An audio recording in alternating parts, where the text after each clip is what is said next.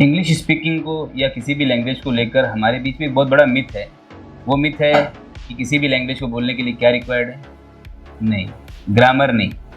किसी भी लैंग्वेज को बोलने के लिए ग्रामर नॉट रिक्वायर्ड। अब आप पूछेंगे ऐसा क्यों?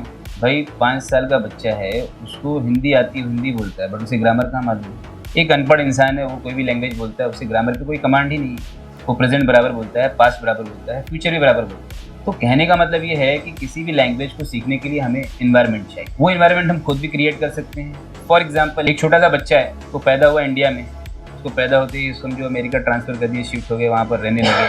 अब वो बच्चा तो हिंदुस्तानी है और अमेरिका में रह रहा है, लेकिन जब वो बड़ा होगा तो वो इंग्लिश में स्पीक करेगा। जब वो इंडिया आएगा तो इंडिया आने के बाद उसको हिंदी समझ में नहीं आएगी।